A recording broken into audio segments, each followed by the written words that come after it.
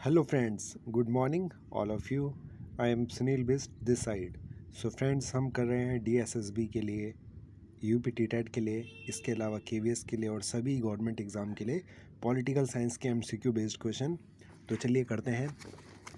Question number first है, जनहित याचिका PIL मामले पर न्यायाधीश के निर्णय के संबंध में निम्न में से कौन सा सही है? तो न तो P और न ही Q। एक जनहित याचिका के परिणाम स्वरूप अदालत ने घोषित किया कि रस्सियों से हथकड़ी लगाना और बांधना अमानवीय है और मानव अधिकारों का पूर्ण उल्लंघन है। जनहित याचिका के परिणाम स्वरूप अदालत ने फैसला सुनाया कि किसी भी मामले में एक बच्चे को जेल नहीं भेजा जा सकता। तो ये दोनों क्या है? ना तो P है और ना ही Q है। अगला देखते हैं सूचना का अधिकार अधिनियम का मूल उद्देश्य सरकार के कार्य में पारदर्शिता और जवाबदेही दोनों ही सही आंसर है को बढ़ावा देना है। जो राइट टू RTI है, राइट टू इन्फॉर्मेशन, 2005 में आया था। पंचायती राज व्यवस्था को अपनाने वाला पहला भारतीय राज्य कौन सा था? तो राजस्थान था पंचायती राज व्यवस्था, और राजस्थान के नागौर जिले से इसकी शुरुआत हुई थी। आप कमेंट करके बताइए कि कौन से साल में इसकी शुरुआत हुई थी पंचायती राज की, और कौन से संविधान संशोधन द्वारा पंचायती राज व्यवस्था का प्रावधान हमारे संविधान में किया गया था। केंद्र और राज्यों के कानून बनाने के अधिकारों के बारे में निम्न में से कौन से सही है? संघ और राज्य सरकार दोनों समवर्ती सूची के विषय पर कानून बनाती है। यदि समवर्ती सूची के विषय पर संघ कानून और राज्य कानून के बीच में कोई मतभेद होता है तो संघ कानून मान्य होगा। P और Q दोनों इसके सही आंसर है। पहला क्या कह रहा है? संघ और राज्य सरकार दोनों समवर्ती सूची के विषय पर कानून बनाती है। ठीक है, बिल्कुल सही है। अगला वाला देखते हैं। यदि समवर्ती सूची के विषय पर संघ कानून और राज्य कानून के बीच कोई मतभेद हो तो संघ कानून मान्य होगा, मतलब सेंट्रल का जो कानून होगा। ठीक है, अगला वाला देखते हैं। निम्नलिखित में से कौन सा किसी भारतीय को प्राप्त कानूनी अधिकारों के बारे में सही है? केवल क्यू में लिखा हुआ है उस कानून को बदलकर विधायिका द्वारा कानूनी अधिकारों को बदला जा सकता है या हटाया जा सकता है।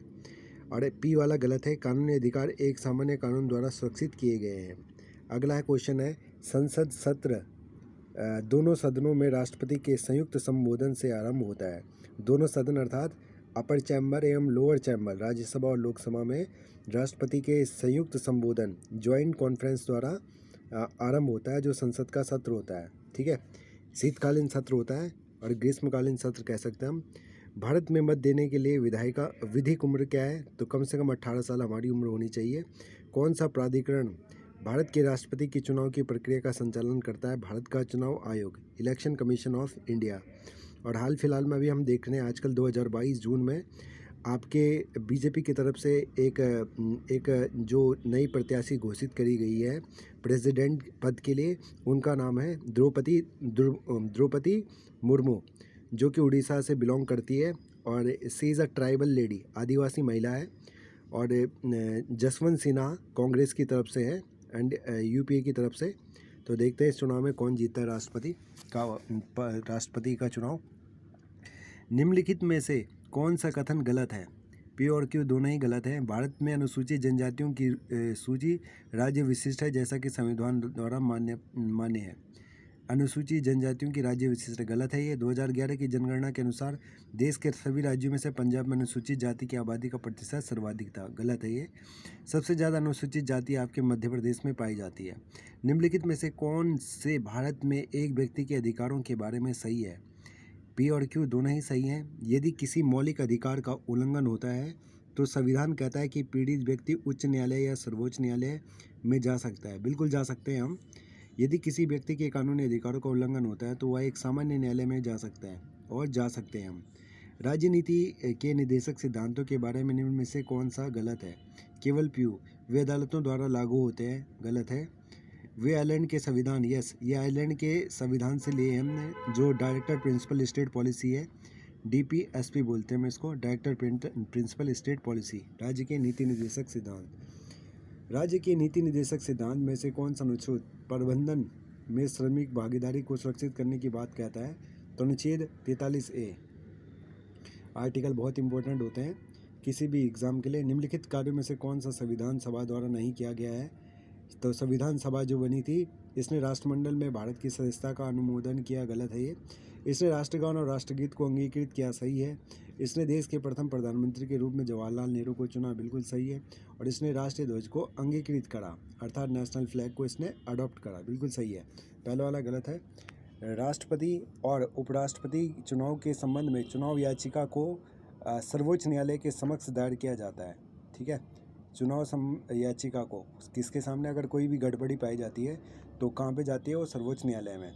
भारतीय संविधान के कौन से घटक मानव अधिकारों के सिद्धांतों को शामिल करते हैं, जैसे मानव अधिकारों की सार्वभौमिक घोषणा में परिकल्पित है? ए और बी, ए मौलिक अधिकार और बी राज्य के नीति निर्देशक सिद्धांत, तो दोनों ही सही है। 72 नंबर है, इसमें डैश में खाली स्थान में आएगा केंद्रीय सतर्कता आयोग, ठीक है। समिति के अध्यक्ष होते हैं जिनकी सिफारिशों पर केंद्र सरकार प्रवर्तन निदेशालय नियुक्त करती है, ठीक है। प्रवर्तन निदेशक, ठीक है। ईडी के जो इन्फोर्समेंट डायरेक्टर के जो डायरेक्टर पद होता है उनको किसकी सिफारिशों पर, ठीक है, केंद्रीय सतर्कता आयोग की समिति के अध्यक्ष की सिफारिशों पर नियुक्त किया जाता है। अभी हाल फिलहाल में जून 2022 में वर्तमान में ईडी ने भारत में जगह जगह रेड डाली है, जिसमें से राहुल गांधी पर भी केस चल रहा है, एक कांग्रेस पर, सोनिया गांधी पर भी, ठीक है। तो फिर मिलते हैं इसी तरह के इम्पोर्टेंट क्वेश्चन में एक नेक्स्ट वीडियो में, बनी रहेगा इन क्वेश्चनों के साथ। तब तक के लिए goodbye, have a good day.